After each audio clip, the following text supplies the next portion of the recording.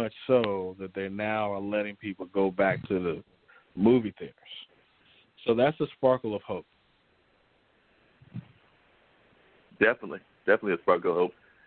So that could be the case. And as I've alluded to earlier with you, Derek, I do think that we're going to see more online universities. I mean, I don't think that I'm sure that the Dukes of the world and the Harvards of the world will still have some sort of physical campus, but it might be a smaller footprint. It is. I mean, no one wants to get dressed, get in the car, go to campus, get to class. The professor's late. The professor finally comes in. Then you leave. Then you get back in the car. Then you go back home. And you really had about 30 minutes with the professor, right? Right. Where online, you actually can get more access to the professor. You get more access to the course content because you can read all the stuff on your own. The professor doesn't have to come to class and just be a public reader of textbooks. So I think it's going to be moving in a good direction. Yeah, it sounds like it, definitely. Hey, Jay, what is your thoughts about this? I mean, you're trying to find entertainers here in North Carolina, and Hickory is not a big town. I'm familiar a little bit with the town and everything. So how is this going to impact you even trying to find talent? I mean, are you going to do more online searching? Is some of your talent, is it coming from around the world and not just there in Hickory? And not just, I mean, Hickory is for those that are not familiar with Hickory, it's a fairly small community. It's not a large city. So how are you going to cope with even trying to find your talent and work with the talent? Well, working with it is going to be the problem, but finding it, what we've always been doing has been going on the Internet. They have a lot of sites, especially for our movies. We have a lot of sites where we just put auditions out and we do auditions via video. And, that's how we find our talent. We deal with a lot of independent actors that's done commercials and, small movies. So finding the talent is not that hard. We also, when we have a movie that we're preparing for now, what we've done since everyone's on, we have people from Philadelphia, Baltimore, the Upper East Coast that's in this movie that we're working on. And because of this right now, to slow it down, we do stuff like we do Skype readings together and conference call readings. So it's slowing us down, but because of technology nowadays, there's still ways for us to be able to, practice and get our work in. Definitely. And Tanya, what about yourself? How is it going in Los Angeles? Because I know you were trying to educate a lot of kids just like Nicole was. So in terms of reaching out to the teenagers there in Los Angeles, are you doing it mostly through Zoom and Google Hangout and things of that nature? So how are you actually coping with what's going on? And are you maintaining the classes? And what are some of the lessons that you're teaching the kids on a regular basis? In both life lessons, so that's what Derek's been talking about, as well as just lessons in general. What are some of the things that you've been sharing with people? Yes, I was just sharing that with my sister who came by and visited and got a chance to see my grandniece, Naomi Rosario. Shout out to you, Nene. She asked me that, Auntie Tanya, what you going to say today? Well, I told her my concern really because, I have very talented people in my family as well, my grandchildren and then my grandnieces and nephews. And this is one of the concerns. This is a brand new week for us. They're first, getting homeschooled and all these things, and now their creative side, they're not able to do anything. So what I told her is this, what I'm going to tell you. I'm writing a program right now, and I'm going to do an online training. I already do online training, but let me explain. I'm going to expound it, I guess I should say. I'm going to make it interactive. I'm going to try to do it in a group setting. Right now I do private one-on-one training. I do private online for acting and singing and public speakers. So what I think I'm going to do now is, because I can't do the event that I was being celebrated for on May 17th, of course, now we have to move it. We're going to have to do it in October, okay? It will still be done this year. We just believe in God that all this will kind of move by that time, we hope. If not, we just have to move the date again. But right now, we're going to have to move it in October. And one of the things we were going to do was a walk for the young kids, the children getting out in the summer, coming to the community and doing like a carnival of arts is what I called it, and they were going to come out and have activities. Well, I'm going to try to do it online. I'm going to write the program and see if I can get a group chat of children. It has to be parent approved, and have them come on and kind of have fun, because you see, what gave me the idea is that my nieces and grandchildren, they're all doing their computer work and schoolwork online with their teachers. And they're having fun with it, but they're trying to learn sign-on. They're trying to get comfortable. You know what I'm saying? And since this is their world now in technology, I thought, why don't we try this for entertainment to make it fun? Because they miss that. You know, my grandkids don't go to gymnastics training. They don't go to swimming now. They don't go to their dance classes. You see what I'm saying? So we got to do something online to be interactive with the children. So that's what I'm going to be doing, Mark. Yeah. So, yeah. Definitely. And Derek, you've heard how she's doing hers and how she's planning to do hers. How are you doing your class right now? I mean, like I said, I'm not trying to take your whole class. I want people to join. I plan to join myself at some point later on today and go through the course. But how are you give people a little synopsis of what they would get if they were to sign up for the course? Yeah. So, Mark, we've been blessed. We got about $250,000 from the National Science Foundation, which funded the development of the Purpose University mobile app. So the app actually uses 5 different ways of learning. You can learn online through self-paced courses where you go at your own speed. Then we have Zoom, where you can register for online classes where myself or another professor teaches on Zoom. And then we also have books that are e-book or a paper book that can be mailed to you. And then lastly, we have augmented reality, where a hologram pops up off the app and begins to teach the student how to find their purpose and how to start their own business. So y'all have really moved into the high tech and everything. Well, both asking for myself as well as probably for Tanya and J. Rob. If you need any extra teachers and Dean, I'm sure we're available. I do have a Zoom account.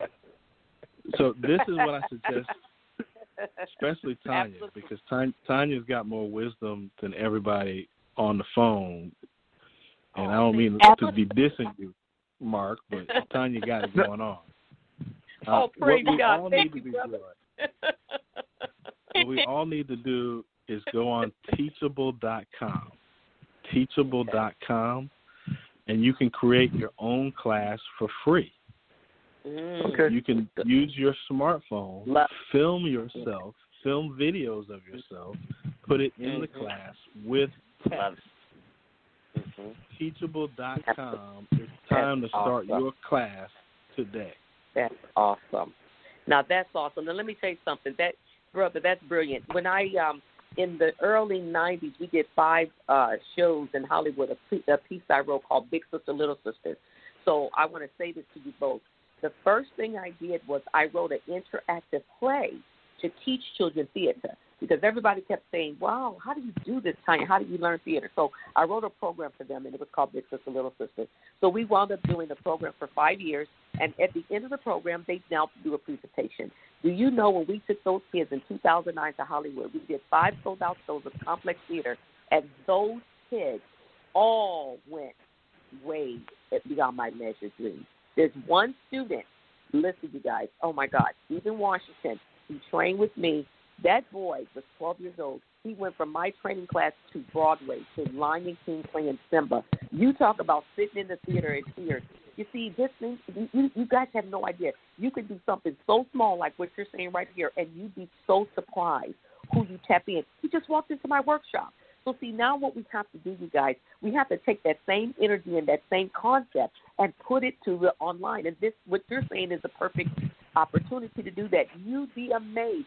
And when you get connected, now you've got a connected audience online that will follow you, breathe with you, and build your confidence, get practice. And now you have an audience. So it's brilliant. It's brilliant. You can do it.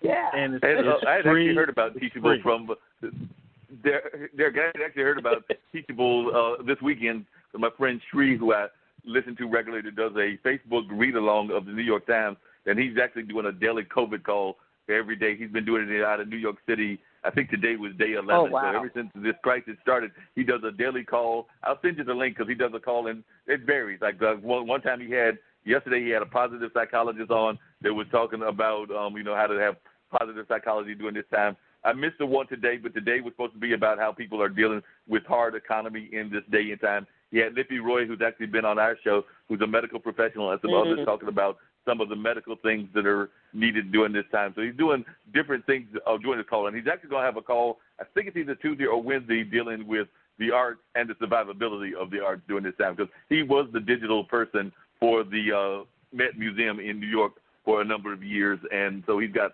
tons of contacts and did this one-day seminar yesterday that I attended part of. I had some other things, so I didn't get to attend the whole thing, but I did attend part of it. So he had mentioned in the seminar on tools that we can use, Teachable. So he was the first person. So you're the second person that mentioned Teachable to me. So I was just curious, what other platforms are you using? I know that we've all talked about Twitter and Facebook and Instagram, and now you're mentioning Teachable. He mentioned that one to me as well. But I do know that there's some other ones out there. They've also used StreamYard, which is apparently one that you can use to blend various platforms together. But what other platforms are you using that you're familiar with?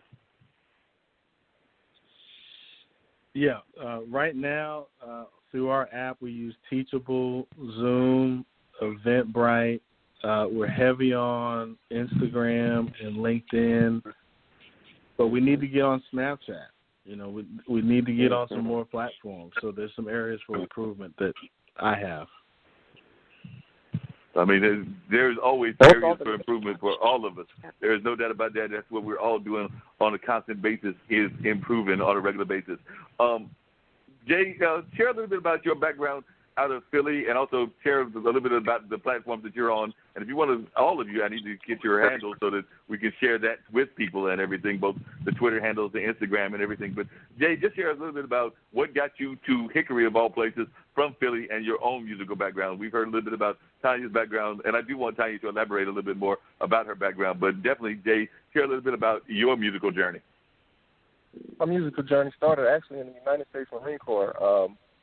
I went in the Marine Corps in 1986 and stayed until 1990. I did 2 tours where I saw a little bit of combat. But during that time, I started singing with a friend, and we started doing just local shows in the Marine Corps, wherever, whatever country we were in, we would sing. And then when I got out of the Marine Corps, I still had a desire to sing, so I found a partner. He and I got signed to a local little entertainment company in Philadelphia, and we did shows all over Philly. So when Patti LaBelle, Shea LaBelle's, we did Shea LaBelle's, Trocadero, and from there I was also a police officer and got shot in Philadelphia. So I left Philadelphia and came to North Carolina. At that point, I was getting older, knew I wasn't going to get signed. So as I said earlier, I took my experience and started, finding younger people that had the same passion as I did, and thus we started BDD Entertainment, and that's pretty much how I got started. I never made it big time. We sang on a lot of stages, a lot of different places in Philly. Came down here, did some shows in Charlotte, and then I got on the radio, and then there just blossomed. And I met a lot of famous people, and learned, through interviews, I learned a lot from them, and then I branched out to my television and back to the music. The music was always there for me. I've always loved to sing. Jay, just real quick, and I do want to get to Tanya's story as well. What were some of name 1 or 2 of the interviews that you had that you really learned a lot from? Because I'm always fascinated by when people hear from other people that maybe were there, people that they considered idols or people that they considered folks that they admired a lot, and they got to meet them or hear from them. So who was somebody that you actually talked to? Maybe it was somebody that you didn't even really know until you talked to them, that they really inspired you when you were having these interviews. Doesn't sound crazy, but I got to sit down with Joe Jackson. I always thought that, listening to the rumors that he was a bad person, but I sat down and I interviewed him, and he was actually a nice guy towards me during the interview and after the interview, and he gave me a couple of nuggets. And I also got my musical idol was a hip-hop artist named MC Shan, and I sat down with him on several different occasions, and we spoke about the business. So he taught me, was giving me more nuggets about the business, which I passed on. And I always try to tell what he told me. I always tell these young people that if you're serious about the business, you have to learn that you have to invest in yourself. If you're not investing in yourself, why would someone want to invest in you? So those are just